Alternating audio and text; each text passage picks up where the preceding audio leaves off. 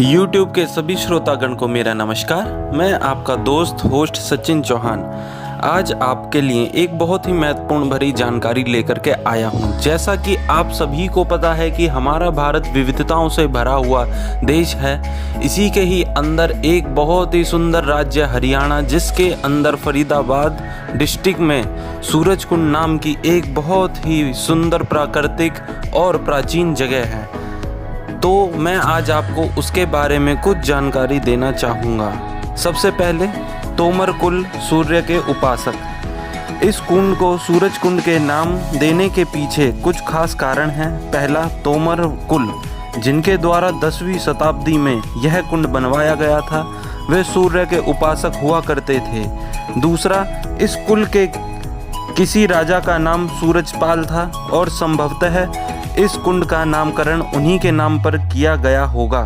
कहा जाता है कि जिस स्थान पर सूरज कुंड स्थित है वहाँ पर पहले तोमर राजाओं की राजधानी हुआ करती थी, जो बाद में उनके द्वारा लालकोट में स्थानांतरित की गई थी, जिसके पीछे आज कुतुब मीनार स्थित है।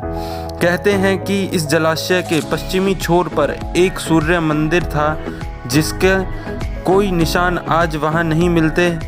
इस संबंध में लोगों का कहना है कि इस मंदिर के अवशेषों का प्रयोग यह जलाशय बांधने में किया गया था, लेकिन आसपास देखने पर मुझे इस प्रकार की कोई उत्कीर्णित अवशेष नहीं मिले जो इस मंदिर के अस्तित्व की कथा को बयान करते हैं। लेकिन वहां पर कुछ उत्कीर्णित से पत्थर जरूर हैं, जिन पर किसी खेल के तख्ते के नक्शे जैसे बने हुए हैं। हालांकि उन्हें 10वीं शताब्दी में निर्मित मंदिर के उत्कीर्णित अवशेष मानना थोड़ा कठिन है।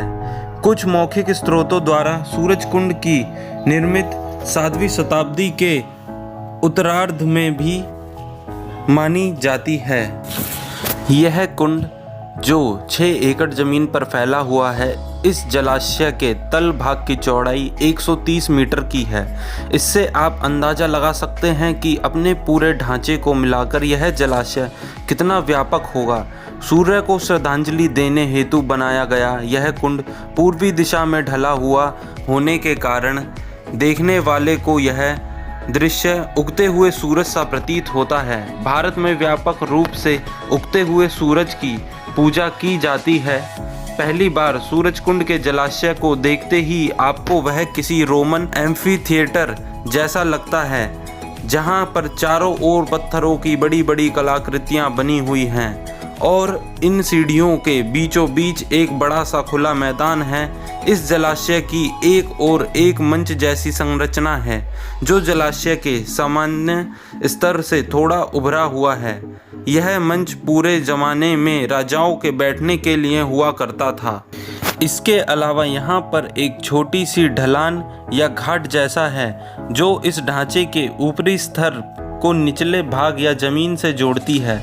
सूरजकुंड वास्तव में एक सुनियोजित जलाशय है, जो आसपास के क्षेत्र को पानी संबंधी ज़रूरतों को पूरा करता है। यह जलाशय को निकट स्थित एक छोटी सी नदी से जोड़ा गया है, जो कुछ ही किलोमीटर आगे जाकर अनंग बांध से जुड़ती है।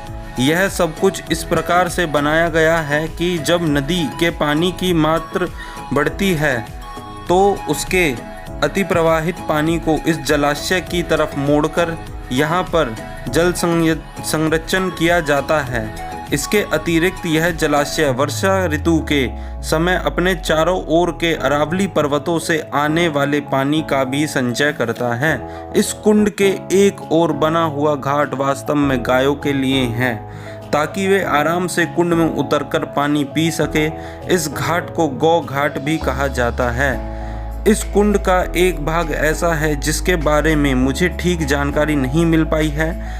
इस जलाशय के चारों ओर बीच बीच में सीढ़ियों से बाहर झांकते हुए पत्थर नजर आते हैं। इस प्रकार के निर्माण के पीछे का कारण मैं नहीं जान पाया हूँ। इस संबंध में जितना भी साहित्य उपलब्ध है, उसे पढ़ने के बाद भी मुझे इन पत्थरों से जुड़ा कोई स्पष्टीकरण नहीं मिला है।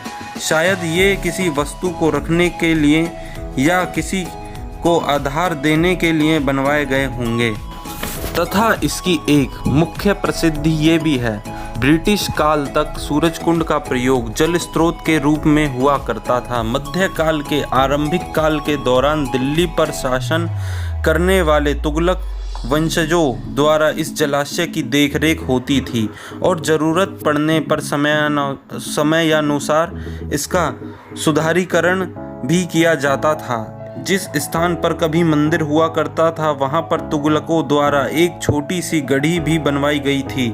कहा जाता है कि इस चौड़ाई का जलाशय पूरे दक्षिण दिल्ली की पानी संबंधी ज़रूरतों का जिम्मा उठा सकता है, लेकिन आज अगर दिल्ली की आबादी देखी जाए तो शायद इस बात पर थोड़ी आपत्ति होती है, लेकिन फिर भी जलाशय दिल्ली की आबादी के व्यापक भाग का पोषण करने में सक्षम है।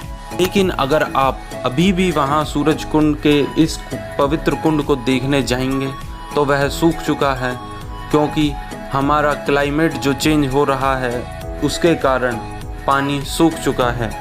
इस सूरजकुंड में एक प्रसिद्ध चीज़ का और उमागम होता है जिसे हम मेले के नाम से जानते हैं, जो पूरे भारत को एक साथ आपके सामने प्रस्तुत करता है। यहाँ पर आप भारत के विभिन्न क्षेत्रों की विशेष और परिचयात्मक वस्तुएं एक ही स्थान पर एकत्रित पाते हैं। देश भर के कारीगर इस मेले में अपनी हस्तकलाओं की वस्तुएं लेकर आते हैं तथा लोक कलाओं के कलाकार अपने नृत्य नाटकों से यहाँ के वातावरण में जीवंतता भर देते हैं। आपको यहाँ पर देश के विभिन्न भागों के खास व्यंजन खाने का भी मौका मिलता है।